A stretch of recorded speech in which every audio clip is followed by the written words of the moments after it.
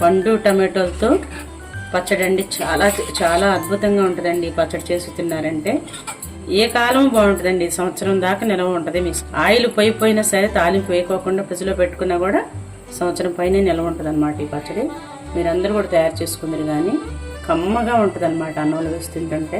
ఇంటికి స్వాగతం అండి.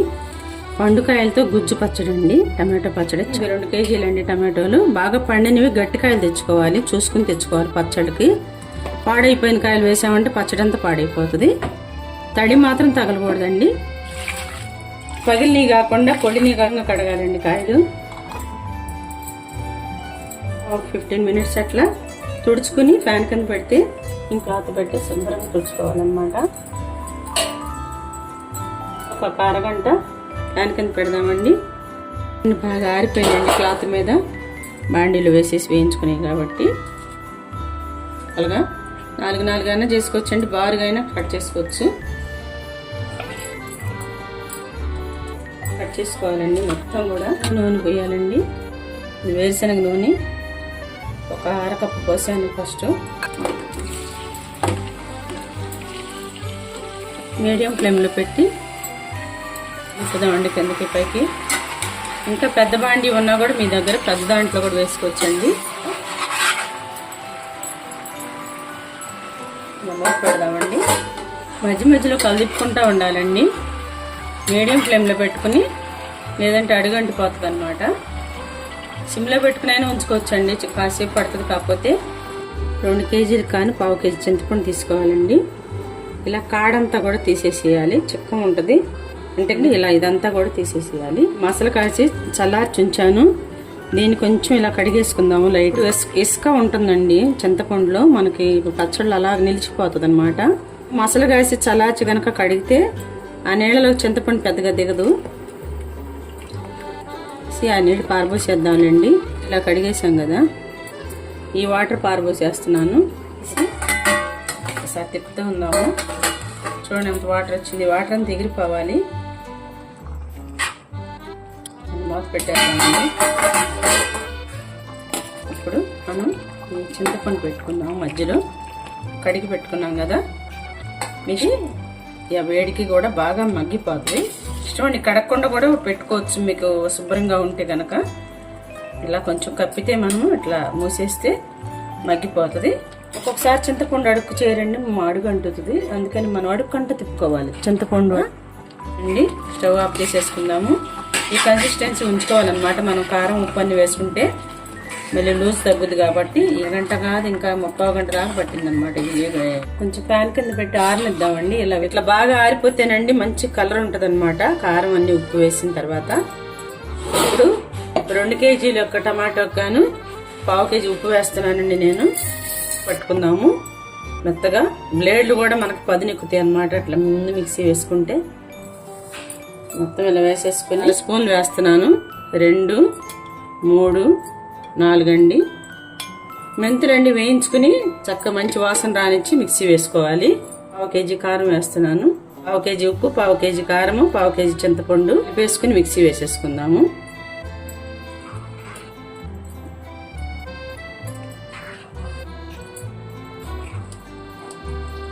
ఇలా మొత్తం ఈవెన్గానండి అంతా కలిపేసుకుని కొంచెం కొంచెం మిక్సీ వేసుకుందాము. మిక్సీ వేసేసుకుందాము. ఇలా అయితే తొందరగా మెత్తగా వచ్చేసిందో ఇంత ఫైన్గా వేసుకోవాలి. ఇదంతా కూడా ఒక పళ్ళెంలోకి తీసేసుకుందాం, ప్లేట్లోకి. మీరు ఒక్కసారి అయినా తాలింపు పెట్టుకోవచ్చండి. లేదంటే అప్పుడు కొంచెం తీసి తాలింపు పెట్టుకుంటే ఇంకా టేస్ట్ బాగుంటుంది అనమాట. ఒక్కసారి కాస్త ఎప్పుడు అవసరం అయితే ఎంత అవసరం అంత తీసుకుని పెట్టుకుంటే చాలా చాలా బాగుంటుందండి. అప్పటికప్పుడు పట్టుకున్నట్టే ఉంటుంది అనమాట పచ్చడి. బ్యాచెస్గా వేసేసుకోవాలండి. మిగతాది కూడా అంతా కూడా ఇలాగే మిక్సీ వేసుకుంటూ ఆ పళ్ళెంలోకి తీసేసుకుందాము.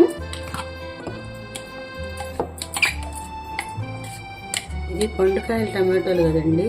2 కేజీలకి 1/2 కేజీ చింతపండు అనమాట. చింతపండు తక్కువ పడుతుంది.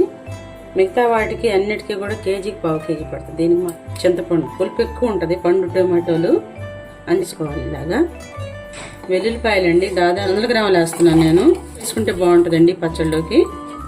మీరు తక్కువ తీసైనా వేసుకోవచ్చండి. లేదంటే మామూలుగా ఇలా కూడా డైరెక్ట్గా వేసేసుకోవచ్చు. ఏమి ఇబ్బంది ఉండదు. నలిగిపోయిందండి వెల్లుల్లిపాయ. మీరు కనుక మొత్తం తాలింపు పెట్టుకునేటట్లయితేనండి 1/2 kg పైన 300 గ్రాముల దాకా పడుతుంది అనమాట ఆయిల్. నేనైతే మొత్తం తాలింపు వేయనండి, ఎప్పటిదప్పుడే వేసుకుంటాను. ఇది కూడా కలిపేసుకుందామండి.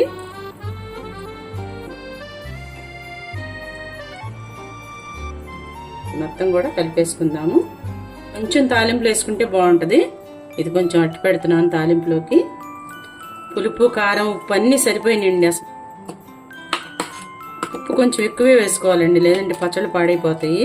చాలా చాలా అద్భుతంగా ఉందండి పచ్చడి. మిగతా పచ్చళ్ళు అన్నిటికన్నా కూడా ఇది అసలు ఎంతో బాగుంటుందండి. ఫస్ట్ ఒక జార్లోకి తీసేసి ఫ్రిడ్జ్లో పెట్టేసుకుంటాను. అంతా తాలింపు అయితే వేయను, మీరు కావాలంటే వేసుకోండి. అప్పటికప్పుడు వేసుకుంటే ఆ టేస్ట్ వేరుగా ఉంటుందండి, పప్పులని కరకరలాడుతూ ఉంటాయి అన్నమాట. ఎప్పుడు కావాలంటే అప్పుడు కొంచెం తీసుకుని మనం ఫ్రిడ్జ్లో పెట్టేసుకుని తాలింపు వేసుకోవచ్చు. వచ్చింది అలాగే ఈ బాటిల్లోకి వచ్చిందండి. 2 kgs కదా, ఊళ్ళోకి కూడా వచ్చిందనమాట. ఫ్రిడ్జ్లో పెట్టేస్తాను. వస్తుంది ఇప్పుడు ఇంత కావాలండి నాకు. కాస్త ఆయిల్ పడుతుందండి, కొంచెం ఉన్నా కూడా ఆయిల్ ఎక్కువ పడుతుంది. శనగపప్పు, అంతా మినపప్పు అండి. ఏ దినుసులు కావాలో కొన్ని ఆవాలు, అలాగే కొంచెం జీలకర్ర అండి, 3 ఎండుమిర్చి రెడీ. ఒక్కర వేస్తున్నాను, కొంచెం ఇంగువ వేసుకుందాము. కొంచెం మిక్సీ వేసి పెట్టుకున్నటువంటి వెల్లుల్లిపాయ పేస్ట్ కూడానండి, ఉల్లిపాయ పేస్ట్ కూడా వేసేసుకుందాము. ఇలా వస్తుంటే కరివేపాకు కూడా వేసేసుకుందాం. ఉప్మా వస్తుందండి మంచి మంచి. అసలు రైస్లో నెయ్యి వేసి తిన్నారంటే వదిలిపెట్టండి, చాలా టేస్టీగా ఉంటుంది. మీరు దోశల్లోకైనా ఇడ్లీల్లోకైనా సరే, పెనుగుల్లోకి, మీకు దేనిలోకైనా బాగుంటుందండి. పచ్చడి వేసేస్తున్నానండి. ఈ పచ్చడి దీంట్లోకి క్వాంటిటీని బట్టి మీరు మొత్తం వేసేసుకున్నా పర్లేదండి. తాలింపు స్టవ్ ఆఫ్ చేసేసుకుందాము అండి. ఇలా మొత్తం కలిపేసుకుందాము.